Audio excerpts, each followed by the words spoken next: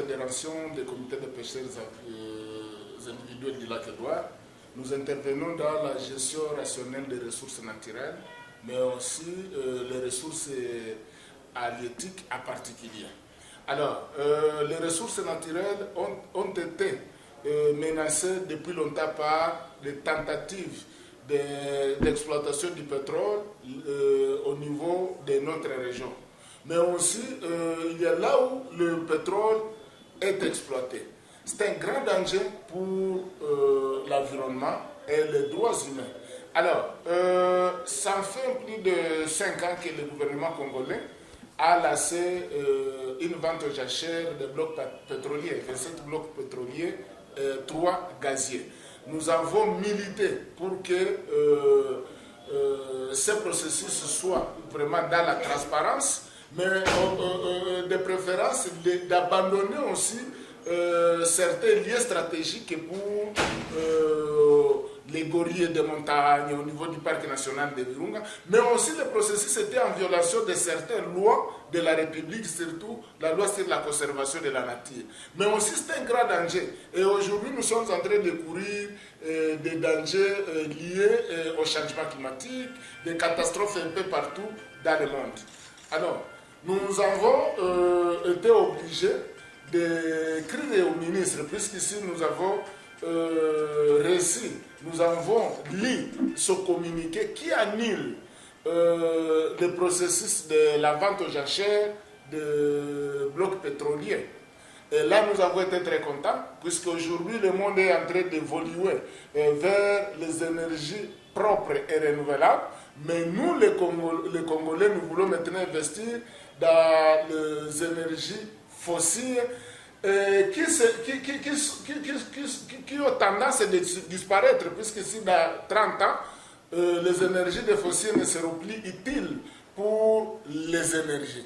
Alors, il a, dans ce communiqué, vers la fin, il montre qu'il va encore relancer la même procédure. Ce qui nous a poussé maintenant de lui adresser notre lettre qui dit ceci.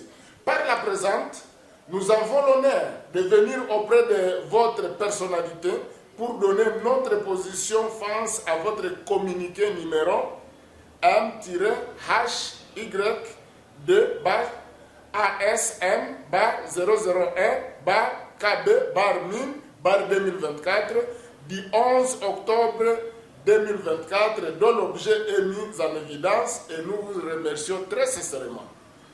En effet, la RDC est placée sur le premier plan dans la lutte contre le changement climatique sur base de ces forêts denses qui jouent un rôle crucial dans la séquestration des émissions de gaz à effet de serre produits dans le monde entier.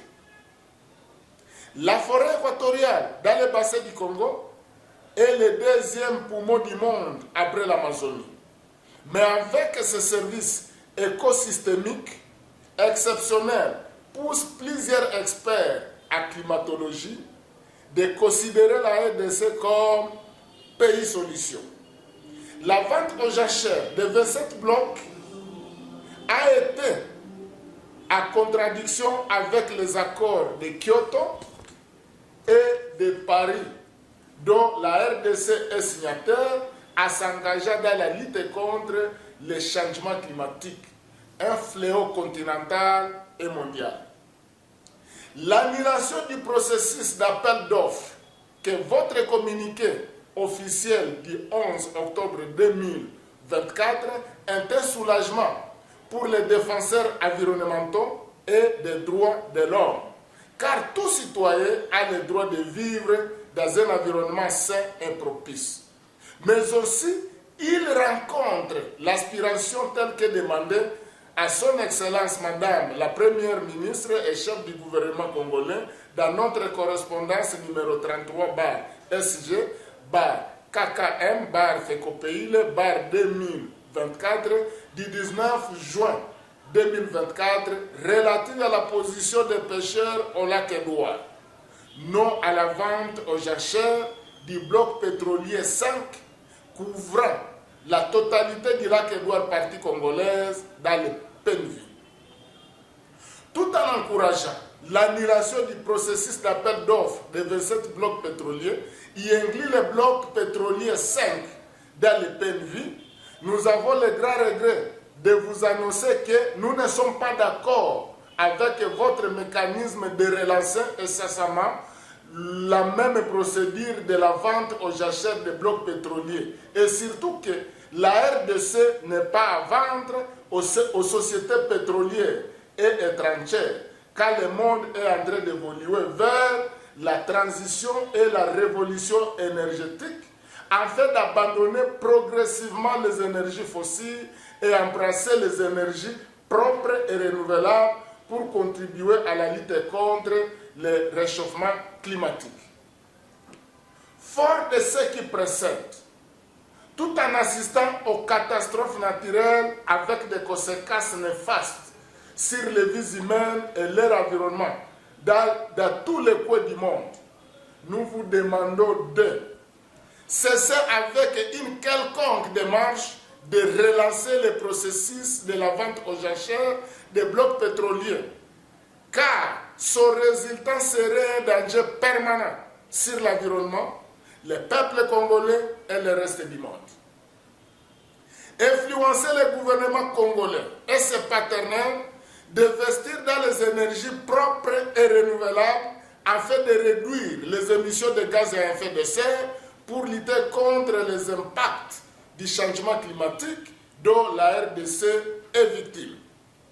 Protéger les aires protégées, dont le parc national de Virunga et sa biodiversité exceptionnelle, contre toute initiative d'exploration et d'exploitation du pétrole, et aussi autres activités incompatibles à la conservation de la nature. Ne pas investir dans les énergies fossiles ou combustibles, car elles sont en train d'être abandonnées progressivement et être remplacées par les énergies propres et renouvelables d'ici 30 ans. Investir dans l'exploitation des minéraux stratégiques pour la fabrication de batteries de voitures, motos, trains et avions électriques afin de contribuer à la lutte contre le changement climatique pour garantir l'avenir meilleur ainsi de la planète Terre et son environnement au profit de toute l'humanité. Dans l'espoir que vous n'allez pas investir dans un projet sans garantie pour l'avenir du peuple congolais et le reste du monde entier, tout en respectant les lois de la République et les accords traités internationaux sur la protection de l'environnement et climat, nous vous prions d'agréer, Excellence, Monsieur le ministre des Hydrocarbures, à l'expression de nos sentiments patriotiques et de haute considération. Je vous remercie. Voilà, nous vous avions suivi avec intérêt. Je suis M. Youssouf Kibingila David de Guel Afrique Télévision. Je suis de la région Est. Vous entendre parler, vous vous opposez catégoriquement à ce que pense le gouvernement congolais aujourd'hui. Pourquoi vous vous opposez? Quelles sont les raisons qui vous poussent à vous opposer?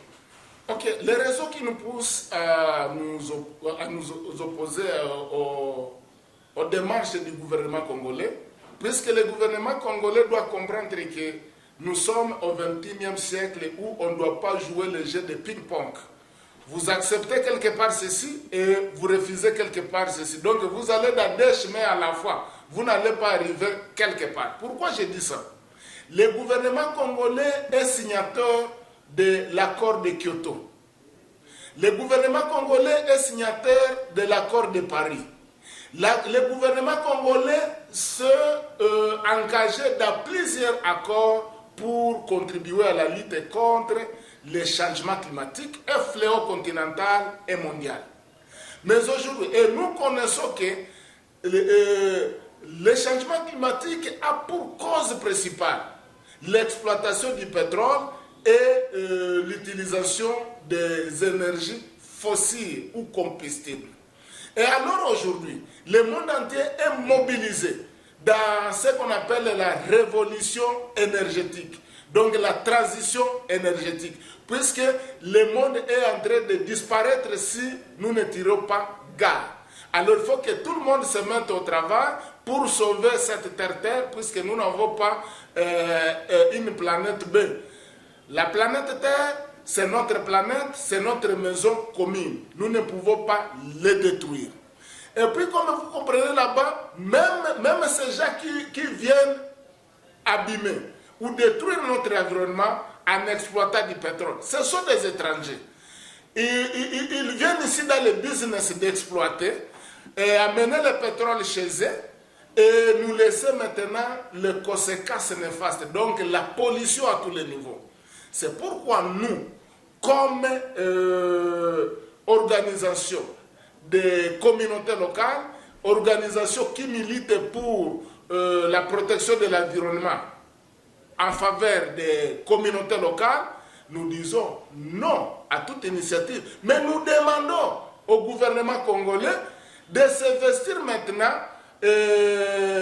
dans l'exploitation des minéraux stratégiques en remplacement des minéraux du pétrole qui était à l'époque l'or noir. Donc avec ça, nous croyons que nous aurions aussi contribué à la lutte contre les changements climatiques, mais aussi à la protection de la planète Terre, notre maison commune. Et là, le gouvernement congolais est en train de faire une propagande pour les énergies propres et renouvelables un peu partout dans le monde, en montrant que nous avons les minéraux stratégiques. Donc, nous ne pouvons pas chercher quelque chose et son contrôle. Et nous ne sommes pas contre, mais nous sommes contre les effets. Les effets. Donc, nous voulons que le gouvernement congolais ne puisse pas agir encore avec retard. Puisque vous voyez même le pétrole, nous l'avons conservé pendant longtemps. Mais aujourd'hui, quand on veut abandonner, le monde veut abandonner, c'est là où maintenant nous voulons commencer. Donc, dans 30 ans, le pétrole n'aura plus de valeur et nous allons abandonner. Et alors là, tout l'argent qu'on a investi là-dedans et toutes les conséquences que les exploitants ont maintenant suscité dans la région, comment est-ce que nous, Congolais, nous allons vivre et même le reste du monde, puisque les impacts négatifs, la pollution de l'environnement n'a pas de frontières dans l'atmosphère ou dans l'univers. La République démocratique du Congo, ma deuxième question, n'exploite visiblement pas ses ressources d'une manière industrielle. Cela est fait souvent à l'étranger. Aujourd'hui, par là même de minerais en RDC, les étrangers sont dans plusieurs sociétés. Que pensez-vous sur ça? La RDC reste encore absente sur l'exploitation même de minerais en RDC. C'est ce que nous sommes en train de demander au gouvernement. Donc le président de la République, son gouvernement, et même le Sénat et l'Assemblée nationale. À l'heure où nous parlons, comme nous avons des minéraux, et même s'ils venaient avec des investisseurs, il faut que cette fois-ci le projet soit gagnant-gagnant. Non pas vendre et puis partir avec nos minéraux et nous restons maintenant dans la souffrance. Donc pour dire quoi? Et aujourd'hui, nous sommes en train de voir comment le Congo puisse former des techniciens dans tous les domaines, surtout avec le système aussi LM2. C'est un système qui est pratiqué un peu partout dans le monde, même si nous sommes en retard. C'est le système d'enseigner les gens, non pas théoriquement, mais pratiquement. Donc, par là, nous voulons vous rassurer que nous allons continuer à demander au gouvernement congolais de voir comment signer des accords, des engagements avec des investisseurs qui vont accepter les projets gagnant-gagnant. Nous avons les minéraux et exploitent. Nous allons gagner combien et aussi vont gagner combien. Mais nous voulons que, quand nous parlons de gagnant-gagnant, c'est 50-50. Donc, que chaque partie gagne. Hein? Que chaque partie gagne. Que chaque partie gagne. Puisque là, cette exploitation-là des minéraux stratégiques vont maintenant contribuer au développement et à l'émergence du Congo. Mais quand le gouvernement s'engage avec des sociétés qui viennent exploiter et se contentent seulement de la rétrocommission, c'est là où il y a le problème. Donc, la classe politique gagne, mais le bas peuple, les autochtones, les communautés locales ne gagnent pas. C'est ça le problème. Mais le problème, nous voulons, c'est que les minéraux soient vraiment partagés. Les exploitants, ceux qui sont venus investir, gagnent, et nous, les Congolais, gagnent. Et non pas les politiciens au niveau du sommet gagnent, et le peuple au niveau de la base ne gagne pas. C'est ça la pauvreté au niveau de l'Afrique. Donc nous voulons que, comme nous sommes au XXIe siècle, il y a une révolution au niveau du monde. Nous, comme patrons de minéraux naturels, nous n'accepterons jamais à ce que nous soyons mendiants envers maintenant les exploitants qui ont acheté et qui ont corrompu la classe politique pour venir piller maintenant nos minéraux. Nous voulons que tout le monde puisse ouvrir quand même les yeux afin que nous ayons des projets gagnants-gagnants pour notre minerai, afin d'émerger la nation congolaise. Alors, mon avant-dernière question, au-delà de Lac-Édouard, Lac-Kivu, qui a vraiment des gaz énormes et qui est sollicité au rang international, que pensez-vous sur ça? Parce que ça représente aussi un danger pour la population du Kivu. Il y a aussi le volcan Nyiragongo à côté. Alors, là, je vais vous répondre à deux volets. Pour le Lac-Édouard, là, ça ne présente pas aucun danger. Et surtout que si le Lac-Édouard fait partie intégrante du parc national de Virunga, protégé par la loi congolaise, qui stipule qu'aucune activité est compatible à la conservation de la nature ne peut être initiée dans une aire protégée partout en RDC. Et aujourd'hui, le lac Édouard fait partie intégrante du parc national de Virunga. Donc, aucune activité ne doit pas être exercée dans ce lac, surtout en matière d'exploitation du pétrole ou autres minéraux. Donc là, nous sommes protégés par la loi congolaise, mais aussi le lac Édouard en soi est le moyen de subsistance de plusieurs communautés. Quand vous voyez la chaîne des valeurs à Kita, donc de la production au centre de consommation. Mais aussi c'est le même source d'eau que la population, qui est au moins plus de 100 000 personnes qui utilisent cette eau-là dans diverses activités pour la vie. Donc, boire, le unique moyen de subsistance. Et comme vous le savez, quand il y a exploitation du pétrole, il n'y a pas impact zéro. Donc il y a toujours des impacts négatifs qui jouent négativement sur la vie et des humains et de la faune sauvage et même de la flore. Alors pour le lac Kivu, donc là, les gaz du lac Kivu. Les gaz du lac Kivu. Il y a des partenaires aujourd'hui qui viennent pour solliciter. Ce qui est là, c'est quoi? Selon les informations que nous avons, les gaz au niveau du lac Kivu, les gaz là, méthane, n'est pas un problème. Mais les gaz ici, CO2, ce qu'on appelle localement mazuko, c'est ce qui est un problème. Mais nous ne voulons penser que, même si il y a des partenaires qui sollicitent l'exploitation du gaz méthane, il ne faut pas que ces sociétés-là soient des sociétés fantômes. Puisque selon les experts, le gaz-là, méthane à l'intérieur du lac Kivu, n'est pas un problème. Mais le problème réside à l'exploitation. Il suffit que nous ayons une compagnie fantôme non expérimentée, cela va maintenant créer un grand problème.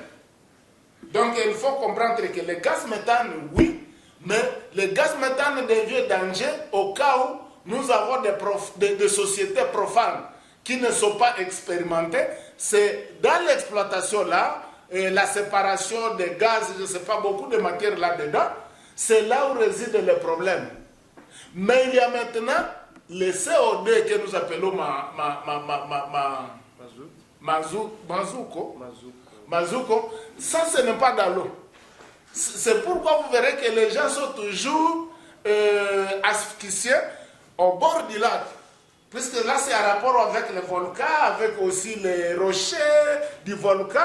Maintenant, c'est ce qui est le problème. Puisque si le gaz méthane était un problème au sérieux, il n'y aurait pas même de trafic au niveau du lac Kivu. Puisque, à un moment donné, vous pouviez rencontrer tout un bateau avec tous les gens qui sont là asphyxiés. Mais je dis que, et je répète, à moins que je sois contredit par d'autres scientifiques comme moi, mais le problème de gaz méthane n'est pas un problème. Mais le problème doit intervenir maintenant et devenir très mauvais à phase d'exploitation si nous avons des entreprises fantômes qui ne sont pas expérimentées dans la matière. C'est pourquoi le gouvernement congolais, pour ça, nous voulons la transparence. Puisque vous verrez qu'à cause des rétrocommissions, les gens risquent, le gouvernement risque encore de nous amener des entreprises fantômes pour venir maintenant nous créer des problèmes avec les gaz qui étaient là. Donc la transparence au niveau de la base jusqu'au sommet, on se met d'accord, et là, il n'y a pas beaucoup de problèmes. Mais il faut avoir une entreprise expérimentée, puisque selon les experts même du volcan nous disent souvent que au cas où on ne parvient pas à exploiter ces gaz-là comme il se doit, il risque maintenant de les faire exploser à défaveur maintenant de la population. Puisque le gaz méthane se trouve là sous l'eau, en fond, non pas à la surface. Donc c'est à eux, quand on exploite, on part maintenant extraire ça là en fond. Et tous les résidus, et je ne suis pas vraiment expert dans ça, quand on fait la séparation, puisqu'il y a plusieurs matières là-dedans, il faut que ceux qui ne sont pas utilisables doivent encore faire rentrer ça là-dedans. Alors, quand on les laisse comme ça devient un danger. Aujourd'hui, vous exigez la transparence dans tous les contrats que le gouvernement congolais va pouvoir signer avec les sociétés étrangères. Ça vous fait quoi de voir qu'il n'y a pas aussi des sociétés congolaises qui exploitent le minerai en RDC? Et ma dernière préoccupation, vous entendrez parler aujourd'hui. C'est quoi le message à tous les Congolais? Donc, à tous les Congolais, il serait très mieux s'il y avait des entreprises crédibles au Congo, c'est encore plus avantageux.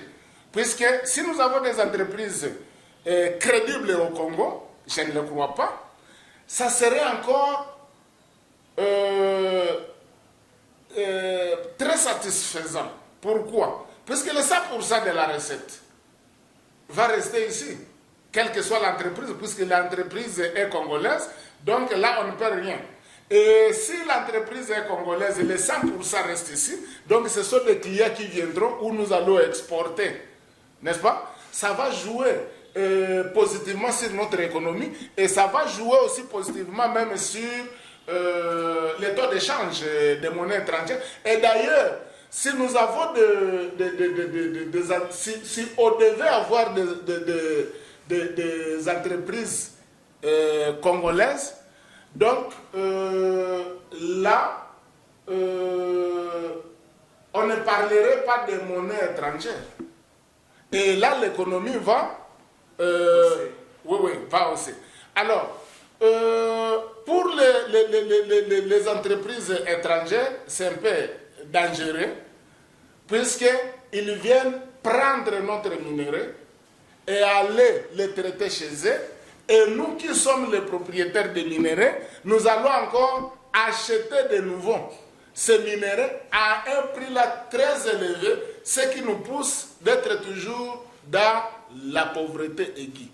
Donc pour nous, comme je venais de vous dire, il faut que toute entreprise qui arrive au Congo ou qui est au Congo soit d'abord crédible avec une expérimentation. Et là, nous sommes d'accord. Pour les entreprises congolaises, là, il n'y a pas beaucoup de problèmes s'ils sont expérimentés. Pour les entreprises étrangères, il faut d'abord la transparence de la base jusqu'au sommet. Mais il faut que ces entreprises-là savent que les avantages que nous avons doivent être gagnant-gagnant.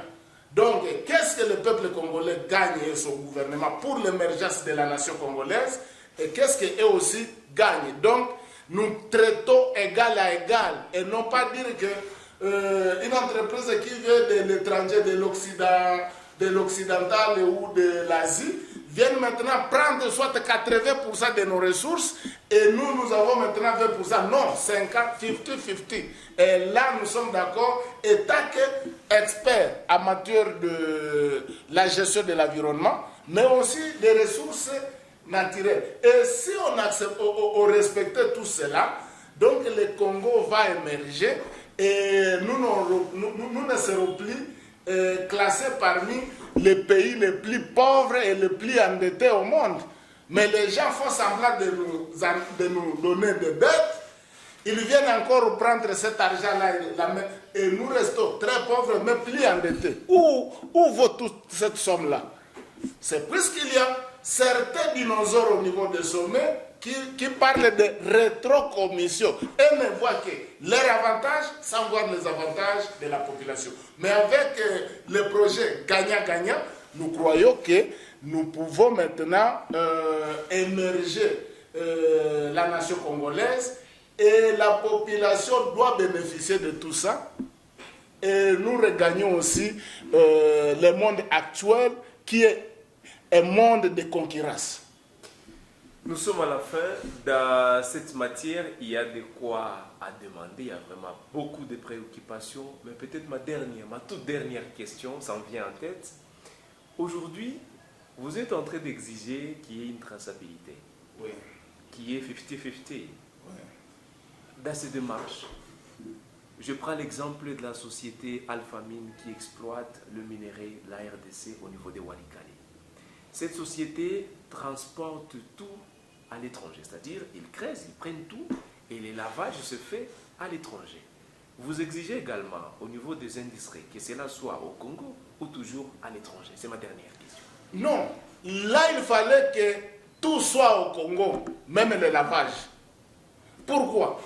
Vous verrez, plus on transporte tout, d'ailleurs comme nous n'avons pas des experts, on peut croire transporter l'or quand il y a même des cobalt là-dedans, quand il y a même des nickel là-dedans, on ne sait pas. Donc, ils gagnent même 5 fois, sans le savoir. Nous ne voyons qu'un seul minerai, car il y a beaucoup de minéraux là-dedans. Mais si le lavage se faisait ici, on doit faire recours aussi aux experts pour montrer. Et il fallait que les lingots soient maintenant exportés ailleurs, peut-être. Le produit fini, c'est le produit fini qui quittera la RDC pour l'étranger. Ouais. Là, ça sera encore mieux.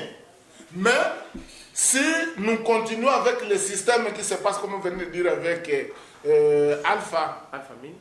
Alphamine, vous voyez, au Nord Kivu, c'est Walikale, selon les recherches, c'est le sol plus riche à minerais.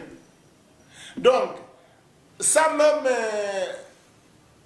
raisonner beaucoup, c'est Walikale qui serait le territoire le plus développé du Nord Kivu. Mais aujourd'hui, c'est le contraire. Walikale est là où?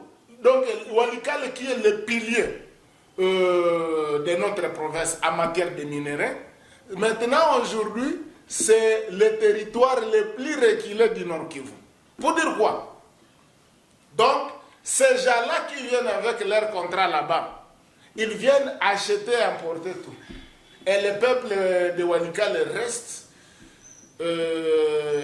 dans la pauvreté, dans le misère, on dirait dans l'affaire même si la fête du monde n'est pas encore là. Mais est au déminéré, mais ils ne gagnent presque rien. Ce sont des promesses. Et quand on va dire, qu'est-ce qu'il faut comme développement? Nous allons construire seulement des salles, des classes, et on dit, oui, Walikale est en train d'émerger. Non. Pour dire quoi? Nous voulons assez que dans les jours à venir, puisque ce n'est pas une baguette magique, il faut que le gouvernement congolais songe comment traiter ou avoir d'autres partenaires qui viendront construire des usines de raffinerie ou des traitements de matières premières au niveau d'ici pour avoir des produits finis que nous appelons l'ENCO, que nous pouvons maintenant amener au marché commun ou au marché international pour que nos produits, nos minéraux soient valorisés au niveau de là. Mais aujourd'hui, vous verrez qu'avec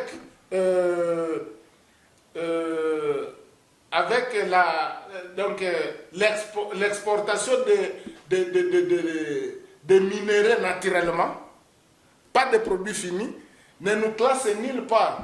Ce sont maintenant, quelque part, vous verrez qu'il y a des pays qui ne produisent rien, mais qui sont premiers producteurs de tel ou tel autre minerai. Pourquoi? Nos minéraux, il n'y a pas la transparence. Au vieux, donc chez nous, nous avons un terme. Le Congo est considéré comme la chair d'un éléphant. Chacun vient couper une partie. Congo, Ikosawa, Nyama, Tembo. Ce que nous ne voulons pas, même si c'est un éléphant, il faut qu'il y ait des bouchées pour orienter. Toi, tu vas prendre la trompe, toi, tu vas prendre la queue, toi, tu vas prendre, je ne sais pas, telle partie ou telle autre. Alors, pour dire quoi, nous voulons assez que le gouvernement congolais fasse ces démarches pour signer des contrats avec des sociétés, soit nationales, soit étrangères, mais crédibles, et que la transparence soit là. Et là, j'espère que nous allons émerger dans ce sens-là. Non pas avoir des sociétés comme Alpha Mine à Walikale, qui vient maintenant engloutir la population de Walikale et les rendre très pauvres. Et le jour de l'enlèvement, Dieu risque de fouetter les gens de Walikale, puisqu'il leur avait donné tout, mais ils acceptent à ce que les voleurs viennent exploiter et aller avec leurs richesses au niveau de l'Europe ou en Amérique ou en Asie. Non, ce n'est pas normal. Tout cela doit cesser. Et doivent cesser si le gouvernement a la volonté d'accompagner sa population et former des cadres techniciens pour aider le gouvernement, pour aider la nation congolaise dans beaucoup de recherches, mais aussi dans beaucoup de domaines, pour essayer de consommer congolais à tous les niveaux. Puisqu'on ne doit pas consommer congolais quand il n'y a pas d'usines de traitement. Alors, ici, ce que je dis, ce n'est pas moi d'ailleurs qui le dis. Nous ne voulons pas que le gouvernement au niveau de Kinshasa soit là pour annoncer seulement des théories sans pratique. Nous voulons maintenant, le terme là qui est à la une aujourd'hui, consommant congolais, soit effectif. Et cela soit effectif quand nous aurions des usines pour le lavage, pour le traitement. Et là, nous allons consommer congolais. Et c'est clair. Voilà.